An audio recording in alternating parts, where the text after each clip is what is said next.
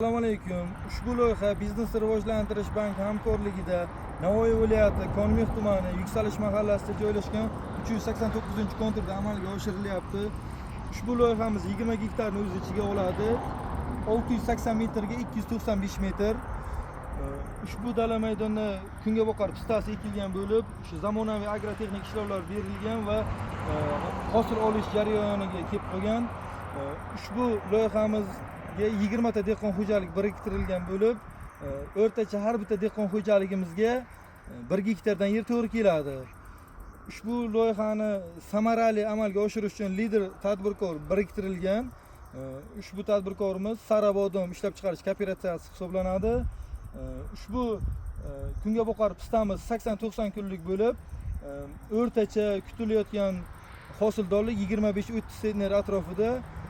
Umumiy hisobda esa shu 50-60 tonna olish rejalashtirilgan.